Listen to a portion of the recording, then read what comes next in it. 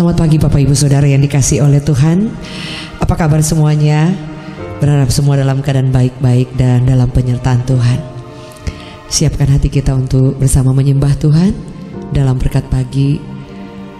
Biar pujian yang kita bawa itu boleh menjadi dupa yang harum kepada Tuhan.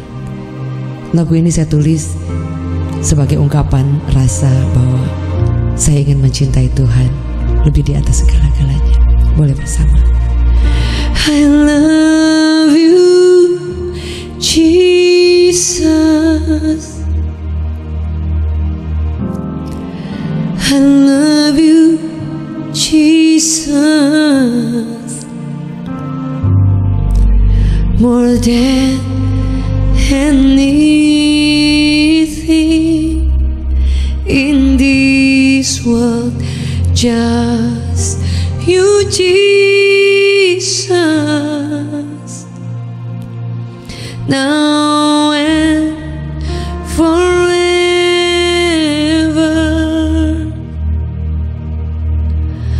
I'll stand before you to love you, Jesus, the treasure of my life. I love you, Jesus. I love you, Jesus. More than anything in this world, just you, Jesus. Now and forever,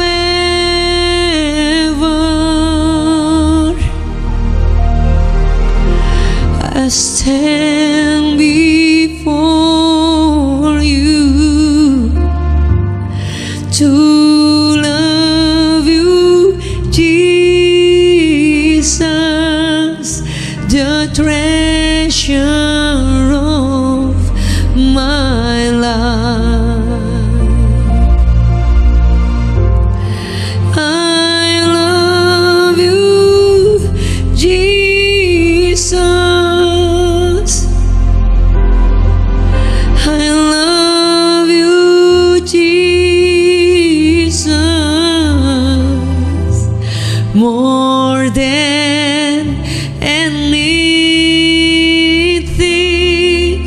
in this world, just you, Jesus. Now and forever,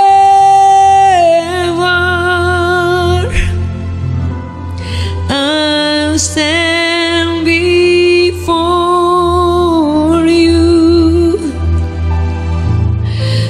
to love you, Jesus, the treasure of my life. Saya percaya bahwa mencintai Tuhan itu adalah keputusan. Tidak didasari oleh perasaan, tidak didasari oleh keadaan, saudara. Keputusan itu dilandasi oleh rasa yang timbul dari hati kita. Dan saya percaya itu adalah keputusan yang terbesar dan terhormat, terindah yang kita pernah buat ketika kita mengikut Tuhan. Setuju boleh katakan amin. Ada firman Tuhan yang saya ingin bagikan saudara pada pagi hari ini.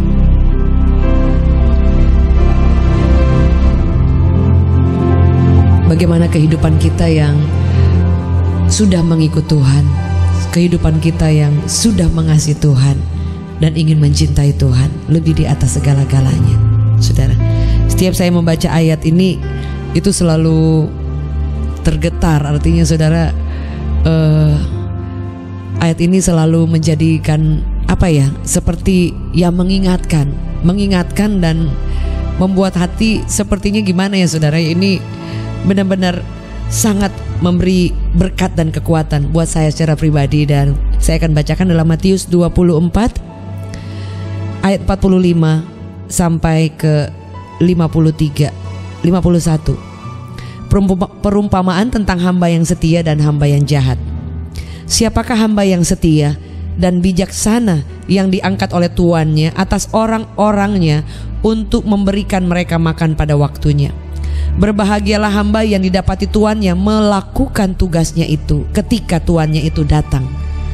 Aku berkata kepadamu, sesungguhnya tuannya itu akan mengangkat dia menjadi pengawas segala miliknya. Akan tetapi apabila hamba itu jahat dan berkata dalam hatinya, tuanku tidak datang-datang, lalu ia mulai memukul hamba-hamba lain dan makan minum bersama dengan pemabuk-pemabuk, maka tuan hamba itu akan datang pada hari yang tidak disangkakannya dan pada saat yang tidak diketahuinya, dan akan membunuh dia dan membuat dia senasib dengan orang-orang munafik. Di sanalah akan terdapat ratapan dan kertakan gigi. Saudara, firman Tuhan ini berkata bahwa berbahagialah hamba yang setia. Berkata bahwa tentang hamba setia dan hamba yang jahat, saudara. Tapi dikatakan siapakah hamba yang setia, saudara, yang dan bijaksana. Dialah yang diangkat tuannya atas orang-orang untuk memberikan mereka makan pada waktunya. Jadi saudara, ini Tuhan sedang berbicara bahwa Anda dan saya adalah hamba-hambanya. Terlepas saudara ada yang menjadi hamba Tuhan full time, full heart. Ada juga yang saudara bekerja tapi saudara juga melayani Tuhan. Ada saudara juga saudara tidak menjadi pendeta, tidak menjadi hamba Tuhan, tidak sekolah teologi, ya, tidak mengabdi mungkin sungguh-sungguh menjadi sepenuh waktu kita untuk Tuhan. Saudara masih bekerja dan masih melakukan yang lain, tapi Anda dan saya adalah hamba Tuhan.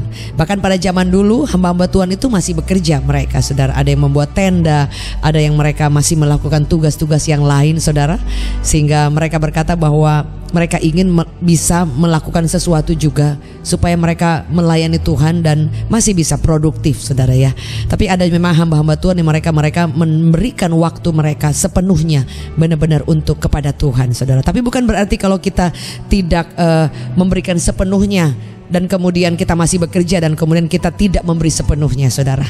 Jadi ada orang yang dia masih bekerja, dia masih punya jabatan, dia masih melakukan tugas-tugas yang lain, saudara, yang bukan murni semuanya untuk secara rohani, saudara, ya, pekerjaan Tuhan dan yang lain.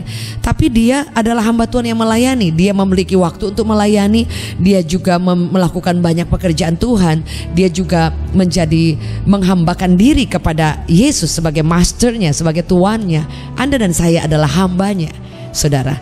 Sehingga firman Allah ini bukan untuk pendeta, tapi untuk setiap kita yang berkata bahwa kita adalah hamba, Dia adalah Tuhan, saudara.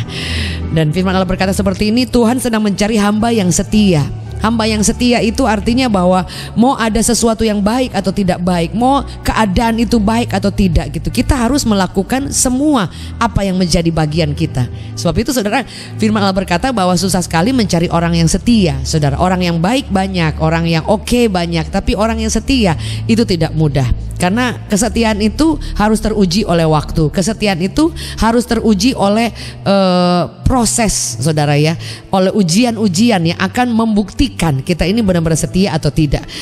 Kesetiaan itu juga memang dilihat juga dengan ketahanan iman kita, ketahanan kita, bahkan keputusan yang kita ambil itu tidak tergoyahkan oleh karena ada hal-hal di depan yang mungkin menjadi halangan, menjadi tantangan, membuat kita undur, membuat kita tawar hati, membuat kita ciut. Nah, di situ kesetiaan itu justru sungguh-sungguh dilihat, saudara, karena akan terlalu banyak alasan untuk kita tidak menjadi setia.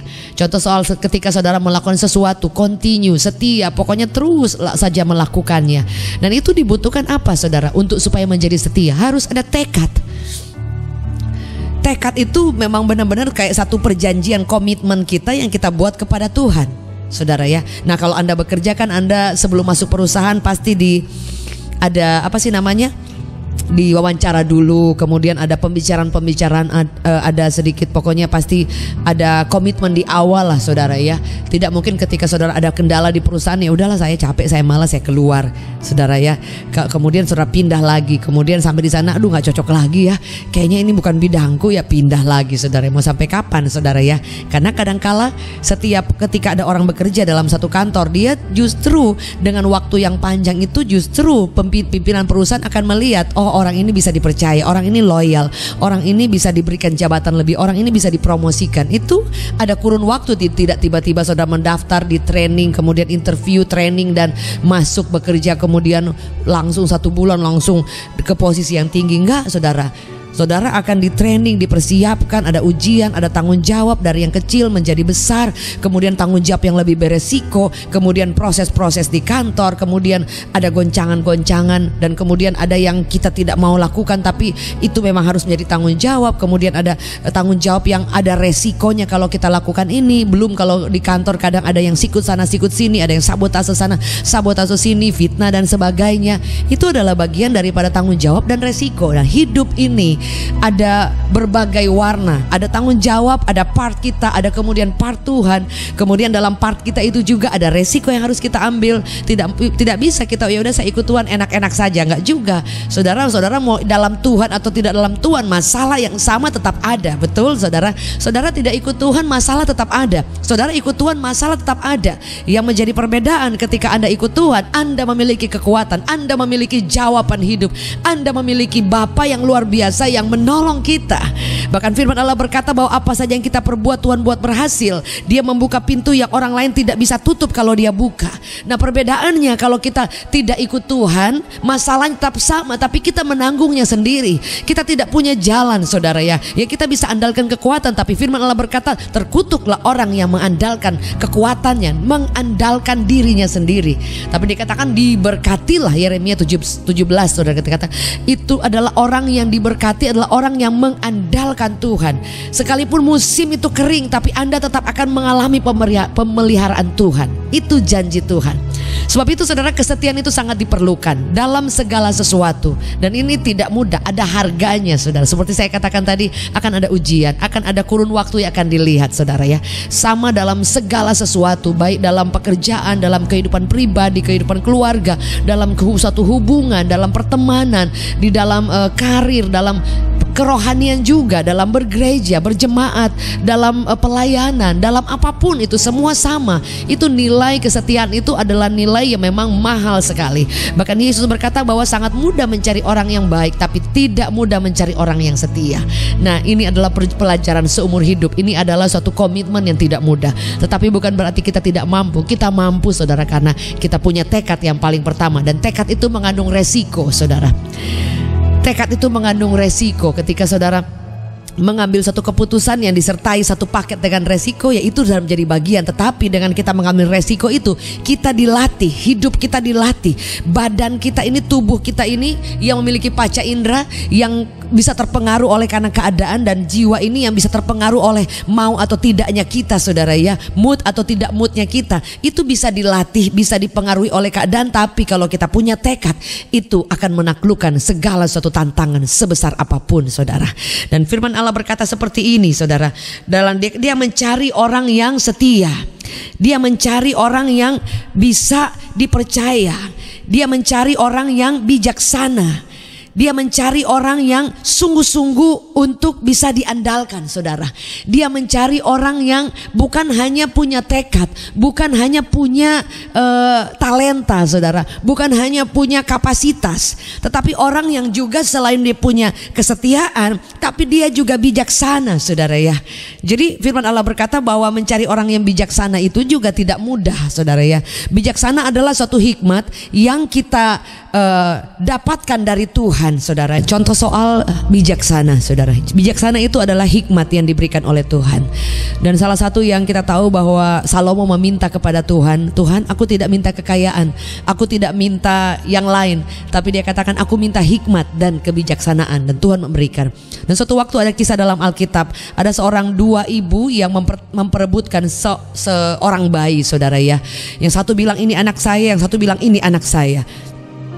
apa yang dilakukan saat itu saudara? Kemudian raja mengambil keputusan untuk membunuh bayi ini. Dibilang oke, bayi ini akan dibunuh saudara. Kemudian apa yang dilakukan? Akan ketahuan mana ibu yang memang memiliki bayi yang sesungguhnya. Artinya bahwa dia merelakan kalau bayi ini menjadi milik orang yang lain daripada bayi ini menjadi korban mati saudara ya. Nah itu adalah salah satu contoh daripada kebijaksanaan, hikmat saudara. Dan apalagi contoh kebijaksanaan, ada banyak sekali saudara. Bijaksana itu artinya kita melakukan ini yang baik, tapi ini yang lebih baik lagi saudara ya. Makanya firman Allah berkatakan hikmat itu lebih baik daripada kuasa saudara ya. Hikmat itu lebih baik daripada kuasa. Jadi ketika kita misalnya bertemu dengan orang lain dan kemudian kita mulai mengkhotbahkan dia, kamu harus bertobat, kamu harus terima Yesus, kamu ini hidup dalam dosa. Tapi saudara, kalau mungkin itu orangnya kita belum begitu kenal saudara ya, orangnya mungkin juga kita tidak tahu bagaimana sifatnya, sikapnya saudara. Kita perlu membangun jembatan dulu, bangun hubungan dulu, mungkin nanya dulu atau seperti apa, ada obrolan dulu saudara ya. Dan kemudian akan pelan-pelan kita bisa masuk kepada pembicaraannya saudara. Karena kalau kita nggak kenal juga itu sulit untuk masuk. Nah itu adalah kalau kuasa tadi saudara ya. Saudara ketemu langsung, misalnya dia contoh soal dia tuh apa ya saudara, mungkin mabok-mabokan kek atau apa saudara, kemudian kita langsung firman Allah berkata ataupun apapun itu saudara, orang yang begitu kita ketemu dia memang orang yang melakukan dosa saudara ya. Tapi kan kita memiliki kuasa betul, tetapi kita perlu hikmat. Kita tidak boleh langsung kayak langsung kayak frontal seperti itu. Kita perlu hikmat, kita perlu tuntunan Tuhan, kita perlu cara Tuhan saudara. Nah itu yang dikatakan hikmat. Jadi hikmat lebih baik daripada kuasa. Kita boleh dengan power of God bisa saudara, tetapi kalau kita minta hikmat Tuhan akan jauh lebih baik saudara ya. Contoh soal saudara, ketika saudara ada di kantor saudara ya, kemudian saudara adalah orang yang cinta Tuhan, yang gak berhenti penyembahan, gak berhenti berdoa saudara ya. Tapi kemudian kan di kantor kan kita tidak boleh mungkin ada hikmat lah gitu saudara. Orang tidak perlu lihat kita komat kamit berdoa saudara, dan kita malah show off ke orang saudara ya. Jadi kita berdoa dalam hati pun bisa saudara, betul. Apalagi kalau di depan kita adalah orang yang tidak seiman dengan kita. Kita harus menghargai saudara ya. Jangan juga ketika saudara di kantor, karena saudara urapan Allah, merasa bahwa Anda diurapi, Anda penuh kuasa saudara, Anda ketemu dengan orang-orang yang notabene-nya mungkin mereka juga beda iman dengan kita. Kemudian kita langsung dengan frontal saudara, memaksakan atau langsung berbicara tentang Yesus saudara ya. Itu kita perlu hikmat, betul saudara. Apalagi di Indonesia, kita ini adalah negara mengakui bahwa kita ini diakui sah untuk beragama, berbagai agama, dan kita dilandasi oleh Bhinneka Tunggal Ika, berbeda tapi satu saudara. Dan kita adalah satu bangsa yang kita harus saling menghargai saudara. Bukan berarti kebebasan kita untuk menyatakan kuasa Allah, menyatakan Yesus, kemudian kayaknya kita gak berani. Bukan, hikmat itu lebih baik daripada kuasa. Kadang kita gak perlu koar-koar, atau kita gak perlu memaksakan orang, atau di kantor Anda mulai beritakan tentang Yesus saudara, padahal memang Anda di sana untuk bekerja saudara ya. Tapi kan kalau kita menjadi berkat di sana, itu adalah sebab akibat yang terjadi ketika saudara mencintai Tuhan. Hadirat Allah saudara lihat, dikatakan Alkitab mencatat dikatakan murid-murid Yesus itu hanya bayangan aja orang dijamah. Betul saudara ya. Jadi kadang-kala kita radikal boleh saudara ya, tetapi ada hikmatnya. Radikal yang tanpa hikmat ya konyol saudara ya. Jadi kita perlu punya hikmat saudara ya. Kita lihat kita di negara mana, kita lihat kondisinya di kantor itu, kita ada orang yang berbeda agama enggak? Anda harus menghargai. Saya waktu sebelum kami pindah ke tempat ini saudara, kami pernah tinggal di Puri Indah. Nah di situ persis kami tinggal di dekat masjid. Nah jadi kadang ketika anak-anak masih kecil tuh suka main di daerah lapangan itu. Nah di lapangan itu ada masjidnya saudara ya. Dan kami berteman baik dengan para ustadz, dengan Pak Haji, dengan orang-orang di sekeliling yang even beda agama saudara ya. Jadi kalaupun misalnya ada acara-acara tertentu mereka, kita juga, bahkan saya gitu kadang suka ikut saudara untuk saling membantu apa saudara ya. Mereka ada acara kadang kayak potong-potong kambing apa semua saudara. Jadi buat saya bukan hal yang tabu saudara, karena kita ini warga negara Indonesia, saudara. Jadi mereka juga bagi daging juga ke kita. Kadang mereka ada acara apa di situ juga, kita saling membantu lah, saudara ya. Tanpa mesti saya harus memaksakan iman saya kepada mereka, saudara ya. Tapi kalau kita menjadi mereka terkesan lewat hidup kita, itu harus, artinya kita harus menjadi berkat buat mereka, saudara ya. Jadi menjadi bahwa kita nih orang Kristen, mereka beda agama, tapi kita harus tetap baik dan menghargai mereka. Kalau mereka juga Idul Fitri, kita mengucapkan juga, saudara ya. Kita sering ketemu, bahkan Pak Hajinya sering ke rumah kita ngobrol-ngobrol, saudara ya. Suatu waktu saya ingat Pak Hajinya itu, Pak Ustadznya itu lewat rumah kami, saudara ya. Dan kita ada anjing tackle ya. Tackle-nya itu ada perkawinan antara tackle dan herder kalau nggak salah. Jadi anjingnya itu juga ya gitulah, saudara ya. Kalau ada orang yang nggak kenal mungkin bisa digigit, tapi padahal dia tuh termasuk anjing yang jinak. Cuman ya saya nggak tahu kenapa tiba-tiba, maaf bicara gitu ya, maaf cerita, Pak Ustadznya lewat, kemudian digigit, saudara ya. Aduh, kesian banget ya. Jadi Pak Ustadznya datang, ya kita punya tanggung jawab untuk minta maaf dan kemudian mengobatinya, saudara, dan ya membangun hubungan baik, saudara. Dan Ustadz itu jadi baik sekali, saudara. Dia selalu datang dan bilang, aduh kalau lewat di rumah di sini ya, kan dia suka bertamu, saudara ya, ngobrol-ngobrol gitu, saudara ya. Dia tahu suami saya pendeta, saudara, yang dia bilang, kan kita putar pujian, saudara. Dia bilang, aduh teduh rasanya hati kalau lewat rumah sini ya. Apalagi kalau kita udah ngobrol, saudara-saudara lihat, itu hikmat yang diberikan. Kita tidak perlu kemudian berkata, Pak Yesusku, nggak bisa gitu, saudara ya. Ya kita kan bersaudara, kita ini keluarga, kita ini sebangsa dan setanah air. Jadi saya juga punya tanggung jawab bagaimana saya harus menjadi terang, bagaimana garam harus bisa dirasakan juga. Bukan berarti karena kita punya kuasa dan kita langsung secara frontal, nggak bisa, saudara. Sama dalam kehidupan kita apapun itu, saudara, hikmat itu lebih baik daripada kuasa. Itu dalam pengkhotbah berkata seperti itu, saudara. Jadi itu mungkin contoh, saudara ya. Dan masih banyak contoh yang lain. Misalnya contoh, saudara punya teman-teman yang mereka mungkin ini buat anak-anak muda ya. Kemudian tahulah dia narkoba. Ini orang-orangnya ini pokoknya orang-orang yang masih hidup di dalam itulah, saudara ya. Nah kita tidak menghakimi, tapi bukan berarti kita juga kemudian udah nggak mau kenal, saudara ya. Ya kita kenal boleh kalau memang itu juga satu pekerjaan, atau mungkin kadang-kala ya kita tidak bisa menghindari ada urusan-urusan pekerjaan, ternyata dia tuh orang-orang yang mungkin ya masih mabok lah, narkoba atau apapun, saudara. Nah kita tidak punya hak untuk menghakimi. Kita boleh mendoakan, kalau kita punya kesempatan waktu kita boleh mengingatkan dengan hikmat, dengan cara Tuhan, dan Tuhan akan tuntun dengan caranya. Tapi saudara, ada satu hal juga, kalau kita memang tidak mampu, hikmatnya apa? Ya kita boleh berteman, kita boleh bergaul, tapi kalau kita nggak mampu, jangan berteman. Betul, saudara ya. Artinya gini, firman Allah sudah berkata, pergaulan yang buruk itu merusak kebiasaan yang baik. Jadi yang hikmatnya, bijaksananya apa? Kita boleh kenal, saudara. Bukan berarti kita juga langsung kayak nggak mau kenal boleh. Tetapi kalau kita nggak mampu, kita undur. Tapi kita doakan mereka. Kita mungkin bisa kirim WhatsApp, kita boleh kuatkan mereka, tapi kita jangan berteman yang benar-benar dalam dengan mereka kalau kita nggak kuat. Tapi kalau saudara memang rasa kuat, ada komunitas-komunitas yang mendukung, dan saudara mulai bisa menjangkau, menguatkan mereka pelan-pelan. Tapi pastikan jangan saudara memfollow up dan kemudian bukannya follow up jadi follow me, saudara ya. Jadi kita harus tahu bahwa kita punya kekuatan nggak di situ. Nah kalau enggak, itu yang dikatakan bijaksana. Sebab itu saya katakan bahwa iblis itu dia datang dengan berbagai cara. Tadinya kita baik-baik, tapi kemudian bisa tergerus lah, saudara. Contoh lagi, saudara cinta Tuhan, saudara orangnya baik, saudara orangnya nggak ember, saudara orangnya positive thinking, saudara orangnya bisa dipercaya. Tapi kemudian datang orang yang setiap datang ngomongin, jelekin orang. Contohnya, saudara, ini contoh aja. Datang semua yang diomongin, semua yang jelek, tentang semua yang negatif tentang orang, saudara langsung bisa berpikir dong, aduh besok-besok dia bisa jelekin gua nih, saudara, gitu kan, saudara. Bukan berarti kita tidak boleh berteman, boleh, tetapi tetap ada unsur hati-hati dan bijaksananya, saudara. Betul, karena kalau enggak, saudara, contohnya Anda dalam satu pekerjaan, saudara ya, ada orang datang kemudian mulai adu domba.